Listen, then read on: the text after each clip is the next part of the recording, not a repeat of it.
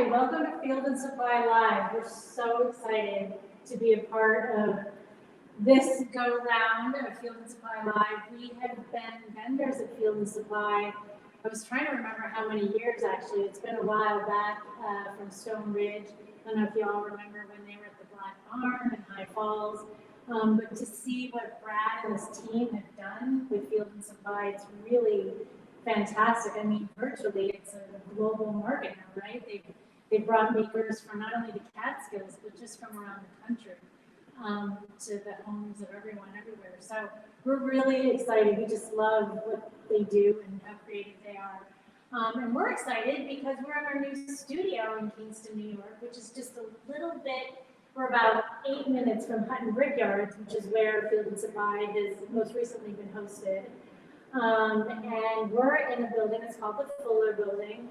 And we're kind of tethered to a cord, but I don't know if you can see out here. There's a little bit of an entryway here, but it's an old shirt factory. It's called the Fuller Building. And Scott Dutton, who's the architect, bought the building and renovated it. And he has just turned it into a wonderful space where there's so many people, and many Field and Supply vendors actually. Bethany from Found My Animal, who has these beautiful tie-dye dog leashes, and now she's expanded into complete animal wear. Catherine, one of our favorite knitwear designers from 11/6, she has beautiful hand-knit sweaters and things.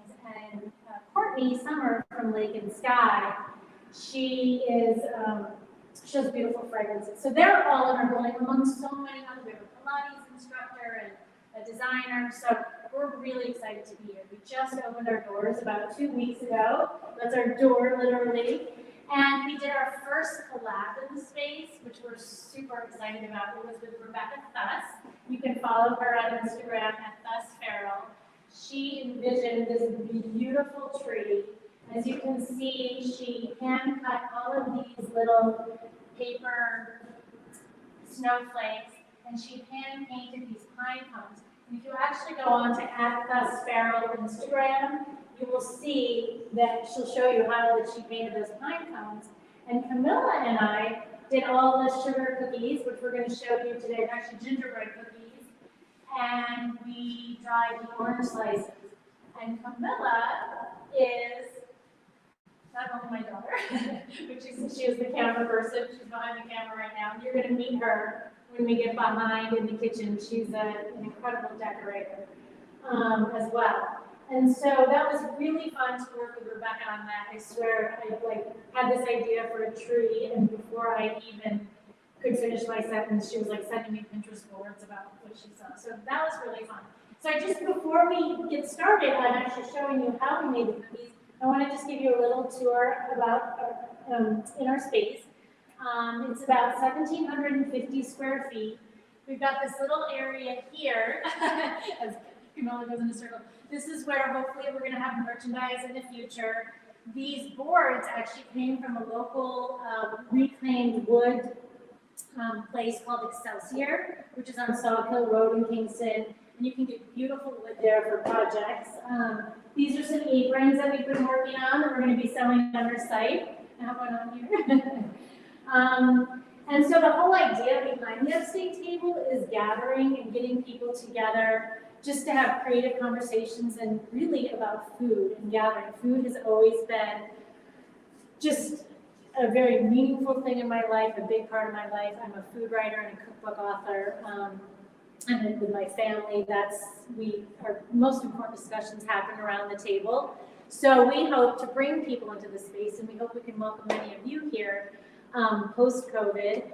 And we'll be eating at the table, cooking together, and we're also hosting small weddings right now, micro weddings. We'll also be hosting, if you want to do a baby shower, if you just have an idea for a dinner party, just email us. Again, you can reach out at theupstatetable.com. But right now, we're so excited to welcome you virtually into our space, and we can't wait for future Field and Supplies. Hopefully, we'll be able to get some of you here. So we're going to do a little camera work and change up things, and join us back behind here. Okay, so Camilla's gonna put the camera on the overhead. Okay, and then while she's doing that, I'm just gonna show you a little bit about, I'll just lay out what we're doing basically. So we made some ginger cookies, also called pepperkaka. I lived in Norway, and this time of year, they would hang these in the windows, and they would decorate their trees with them like we did. I also made some sugar cookies. You can find the recipe for the pepperkaka on our journal section of the Upstate Table. And you can see here, when you cook them, when you bake them, if you use a straw, I think a straw is even better than a dowel. You can poke a hole in them. So we've got them already finished here. But that's, then you would just take a string and run it through like we did here. Here's a close-up of one of the cookies that we made.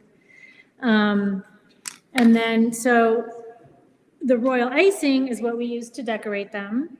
And this is Camilla. Hi. She's Excited to bake today. Yes, I'm so excited to have you. We've been doing this for many years. How many years have we been Baking cookies? I think since I was 3 years old. So she was like crawling on the counters doing it. So royal icing is really the best way when you're decorating cookies, in my opinion. The difference between royal icing and, say, an American buttercream is American buttercream is a soft butter and powdered sugar, and royal icing hardens. So like if you've had a cupcake from Magnolia or, just a regular cupcake, it might get a little crust on the frosting, but it doesn't really harden. Whereas when you look at royal icing, it's nice and hard like that. So that's what you want, right? So it's really basic. It's just powdered sugar and egg whites. So it's 1 cup of powdered sugar to 1 cup of egg whites. You want to whisk it up? I feel it's like Vanna White. you can see the questions. How many folks? So I'm whisking up the royal icing and egg whites. And yeah, I'm reading the questions while you're talking. We're saying, Brad asked, how many folks will you be able to host post-pandemic? Oh, lots, I hope. So at our table, we can seat 20, but then we have all this other space. So, comfortably, I would say 40 here, but then we also have availability of the outer space where we recently did a pop-up. So, we can honestly host upwards of 150 for a cocktail party or that. So, Camilla, show them how beautiful that is. So, if you wanted to switch to the overhead. Oh yeah, to see that, yeah. So you don't want it to be too thin. See, it's nice, it's not just running, and that really is 1 egg white to 1 cup of confectioner's sugar, and that's a large egg white. You usually can't go wrong with that, but if it is not quite to that consistency, it's almost like a pancake batter, like a thickish pancake batter, and you want to make sure there are no lumps in it. And then you can also add a little bit of lemon for flavoring. Yeah. So, and the reason behind that is because you don't want it to run off the cookie. And I'm not even going to add any lemon to that. What do you think? Because it's pretty smooth already. You don't want it to be too runny because you want to have defined shapes and designs as you pipe. And I think if we wanted to add lemon, because we're just going to use these for decoration, but if for eating it, to add a little lemon or vanilla, then you'd want to add a little bit more powdered sugar so you get that right consistency. So the trick that we always like to use is using a pastry bag and putting in, just give me a hug, is taking a pastry bag and turning it down a little bit and then placing it in. I'm just using a quart container. At home we have glass jars. And then it makes it easy. So if you're alone, you can fill it, right? So then you can. And by folding over the bag, then when you close it up, you'll have empty space so it's not all sticky at the top. Yeah, that's a really good tip. Okay. Also, if you're at home and you don't have pastry bags, you can always use a Ziploc bag. And if you just push it all to one corner, it'll get the job done. And you can see we're not using tips. we're just gonna snip the bag in the corner. So if you don't have a tip, it's really okay, but you can also just go to Michael's or go online. Even at the grocery store in the dessert, in the cake section, they have, you know, little plastic cheap tips that you can buy. So you just push it down. See, this way it's all clean and nice at the top. And if you're working with little kids, you could tie this with a rubber band or use a clothespin or a paper clip or a binder clip. But I like to just tie it and then sometimes even wrap it around my finger. It's a really good tip, Camilla. So I'm just going to do a really, really thin. So I would say that is about 1/4 of an inch, not even 1/2 of an inch. So, and that's going to give you a really nice line when you're. So the one thing I just want to talk quickly about is food coloring, because you'll see we're just using white. We don't go crazy with the food coloring. I don't really love it.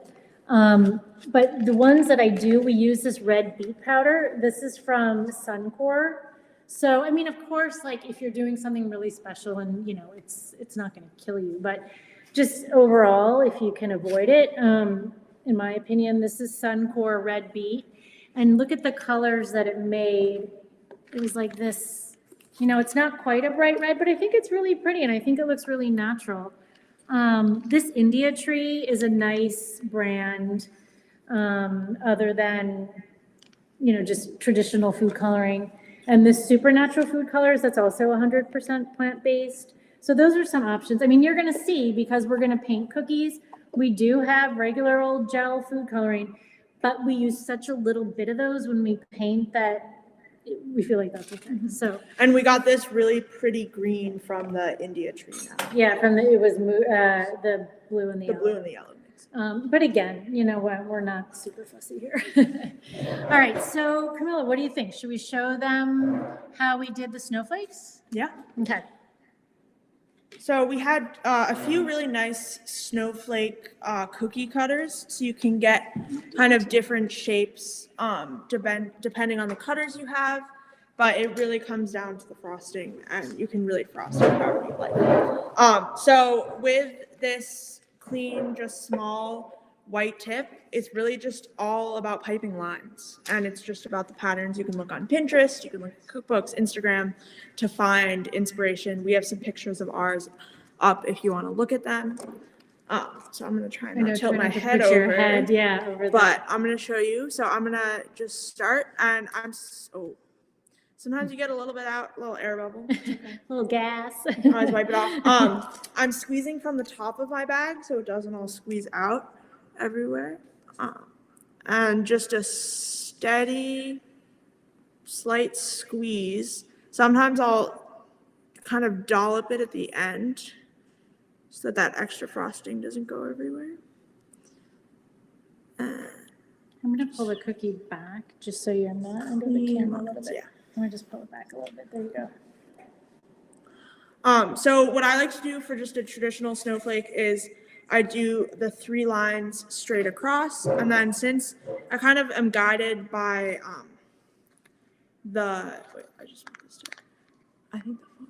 guided by whatever the shape is, so then I'll just do little V's on this side in these spaces.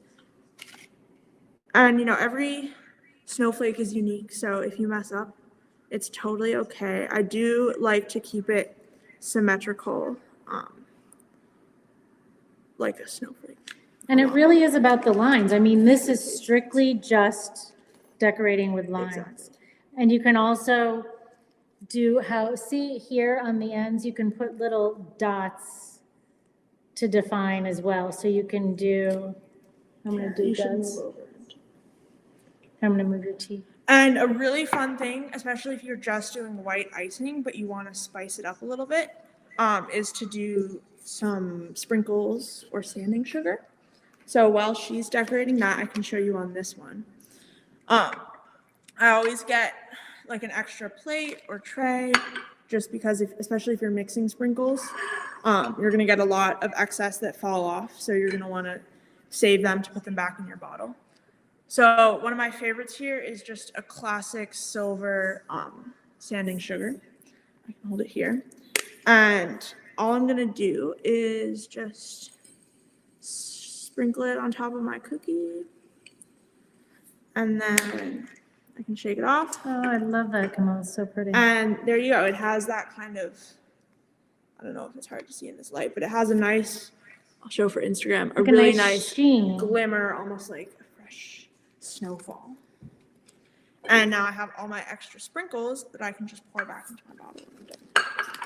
And this one was just a sample of doing just dots as opposed to doing lines. So using just dots and lines are creative ways to, and I think, what could we do on that one? Should we do some of the gold balls maybe on the ends?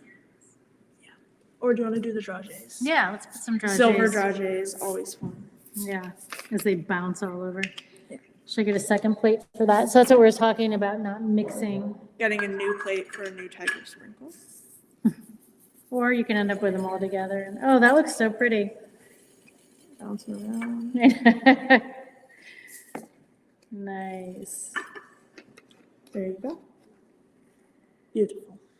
So now, you know what I'm going to do, Camilla? I'm going to do one if you want to show flooding, because let's dry one. Because as I'll do it for this. So I'm going to paint one of these cookies, which we'll get to later.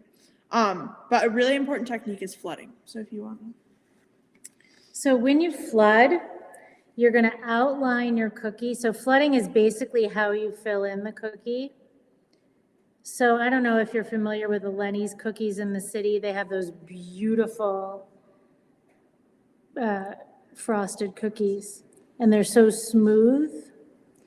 Or like at Eli's in the city, they have like MetroCard ones or like little taxi cabs, and it's all these different colors smoothed together, covering a whole cookie. So this is how you achieve it. So this is how you do it. So I like to let that dry for a minute. What do you think, Camilla? Because then once you fill it in, that holds it in, and you're going to see how quickly it starts to dry. Like if I touch this one, it's already a little, I mean, I can still push it down and it'll flatten, but it dries pretty quickly. So when you get it on your counters too, you want to clean up as you go along. So we'll let that dry for a second. But we can also show them how when we're doing stripes, if that's a good...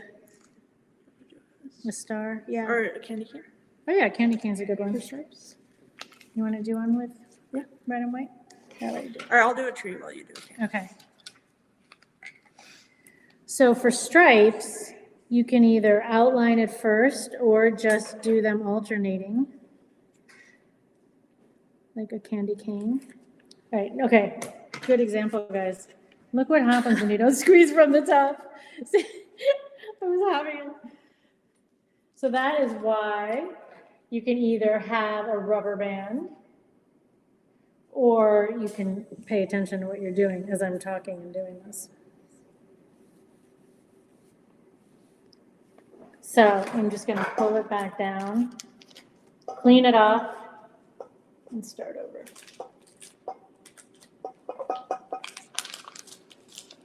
I always feel like watching Camilla do this. It's like watching Bob Ross. It's very zen. And you can see how they go. Yeah, go to it.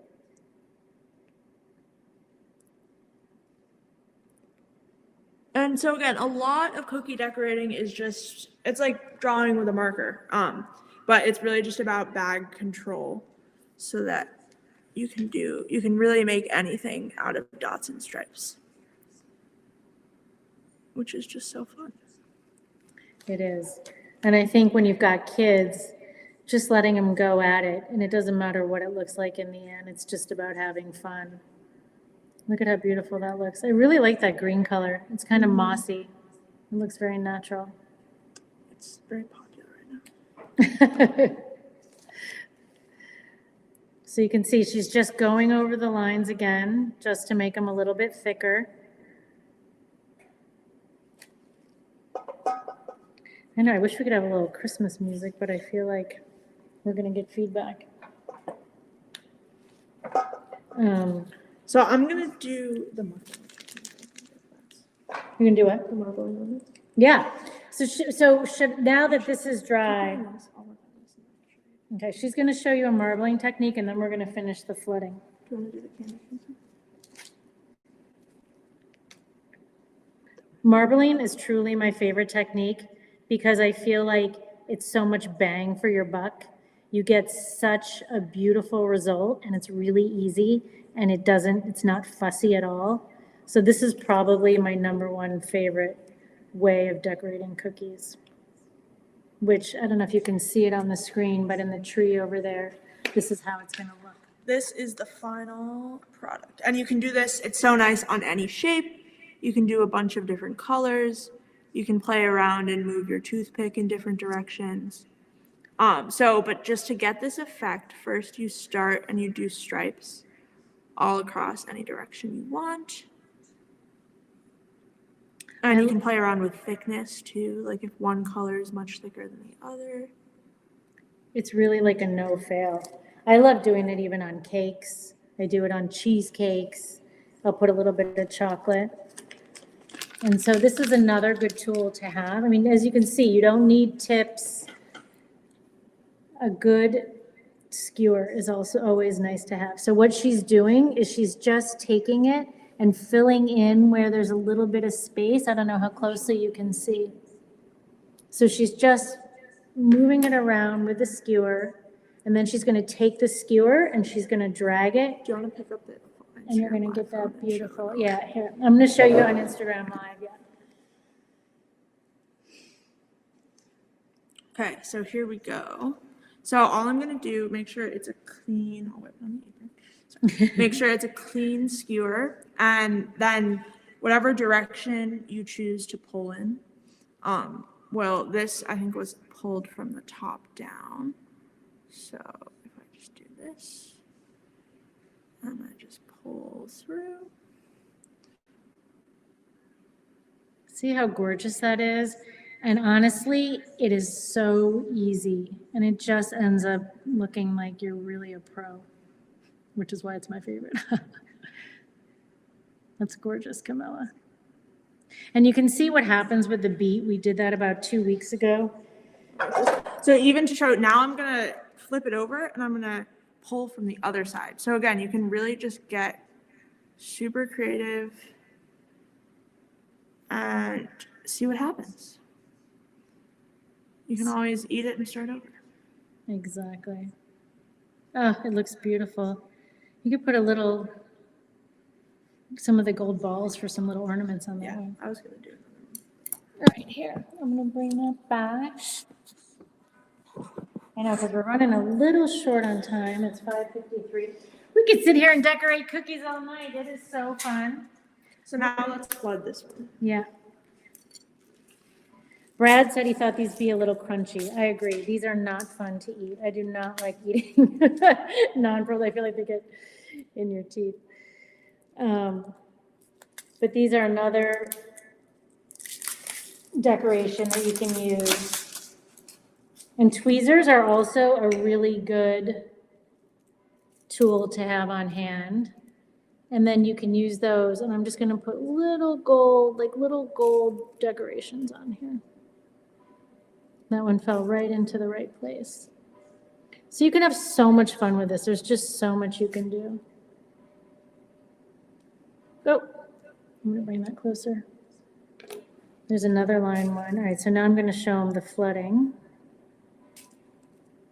I'm talking about them. It's you. Oh, that looks pretty, Camilla. It's kind of skeleton-y. Yeah, I might fill it in. But it's really just about piping out lines.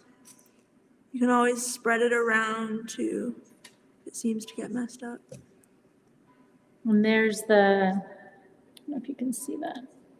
Just put a little bit of gold balls for decoration. All right, so now I'm going to show you the important flooding.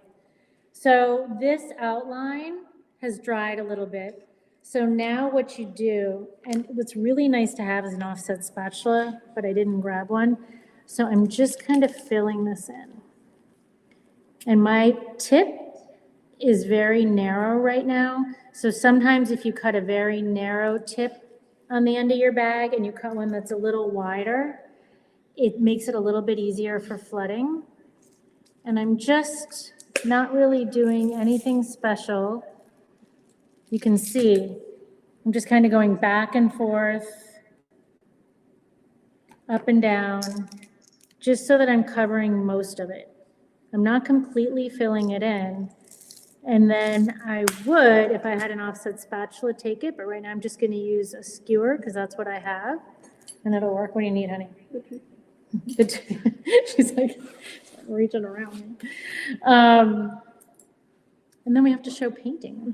I'll paint the floor. Oh, that looks beautiful. I love that with the red and the green. So that's, and also don't be afraid to leave some space, some negative space of the cookie, because you can really just get creative with how you're placing the lines.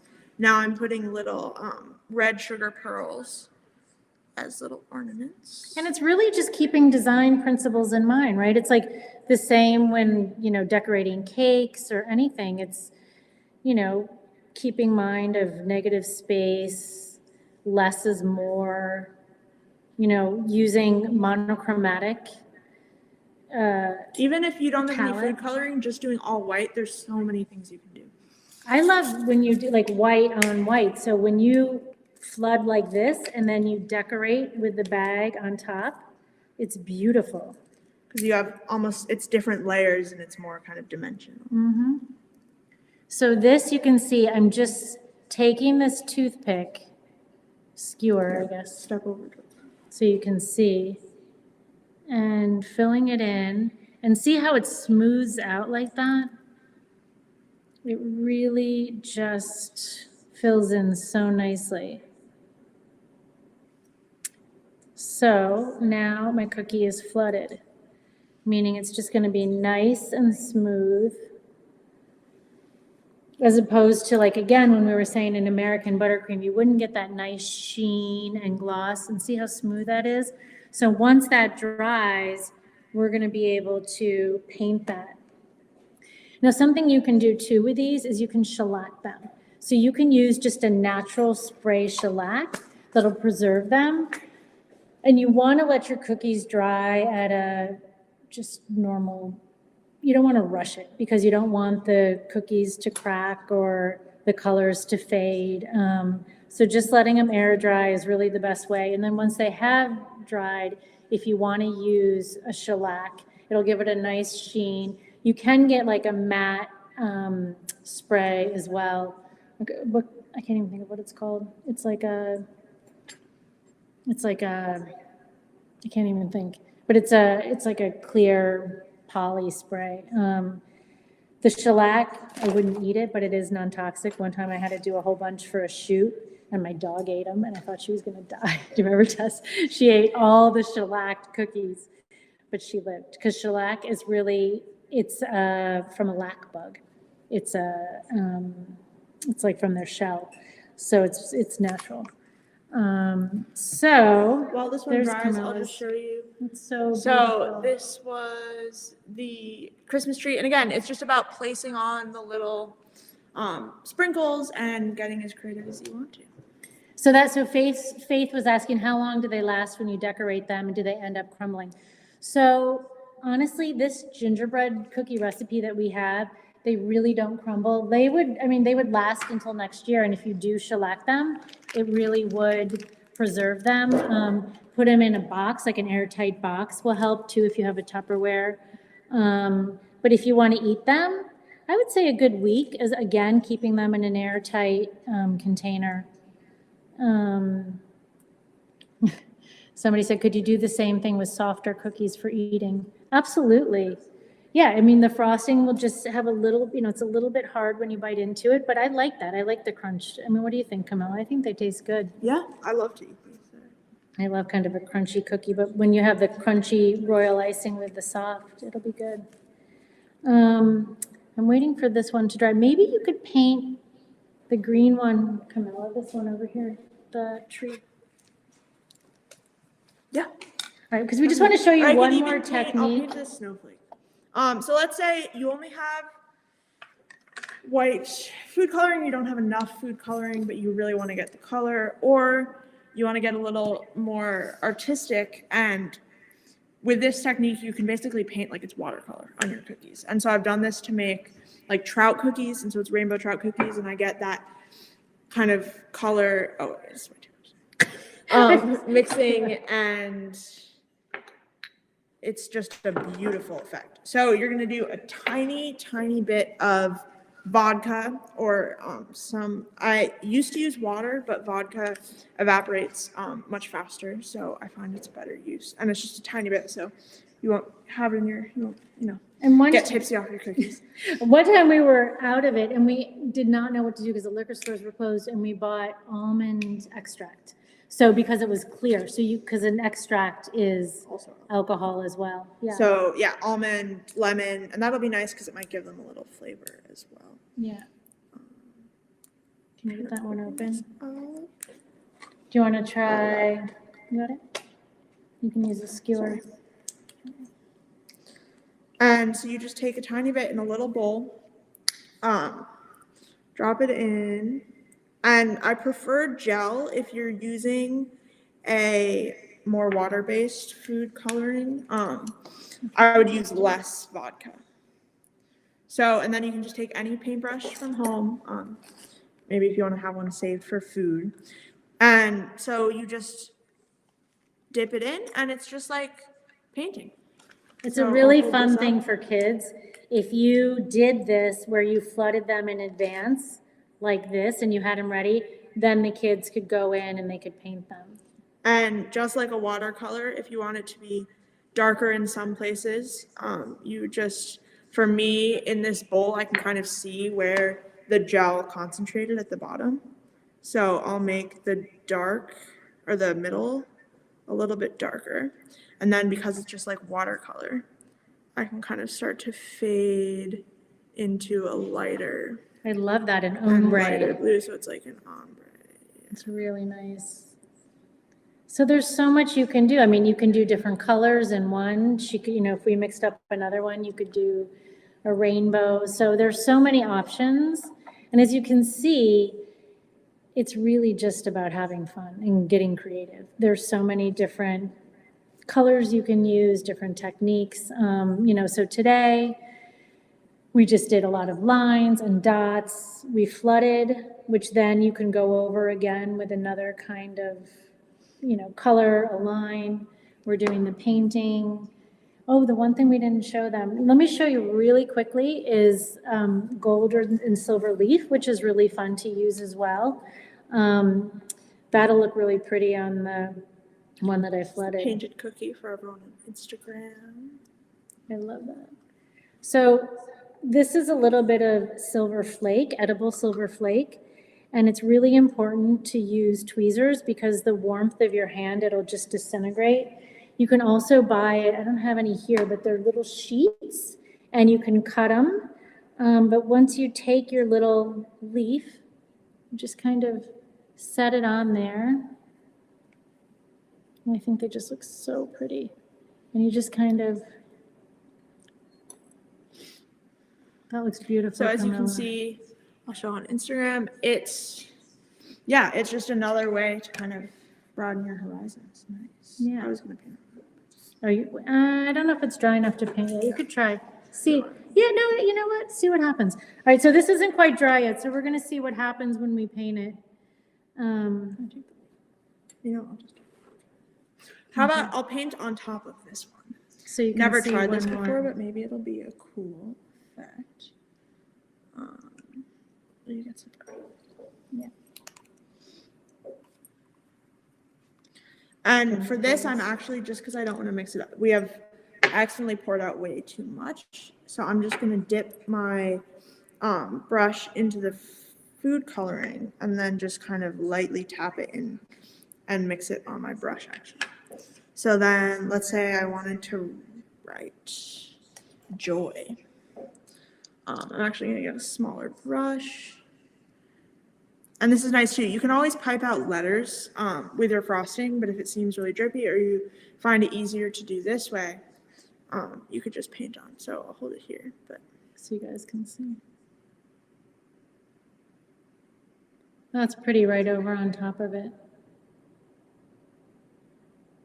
I love that. And so once you're done with these, let them dry completely. And then, like we said, keep them in an airtight box. You can also wrap them in little bags. Look at how beautiful that is.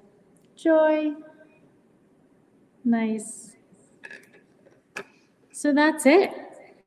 I mean, we have gingerbread recipe online, the royal icing recipes online. We have, what else? Sugar cookie could be up on the journal soon. So if you go to the upstatetable.com, we just launched our journal where there will be recipes and stories about upstate living. But if you go there now, you can see that our gingerbread recipe is there. And there's some photos so that if you want inspiration for how to decorate your cookies, you can check it out. Yeah, and that's also is referring to Instagram.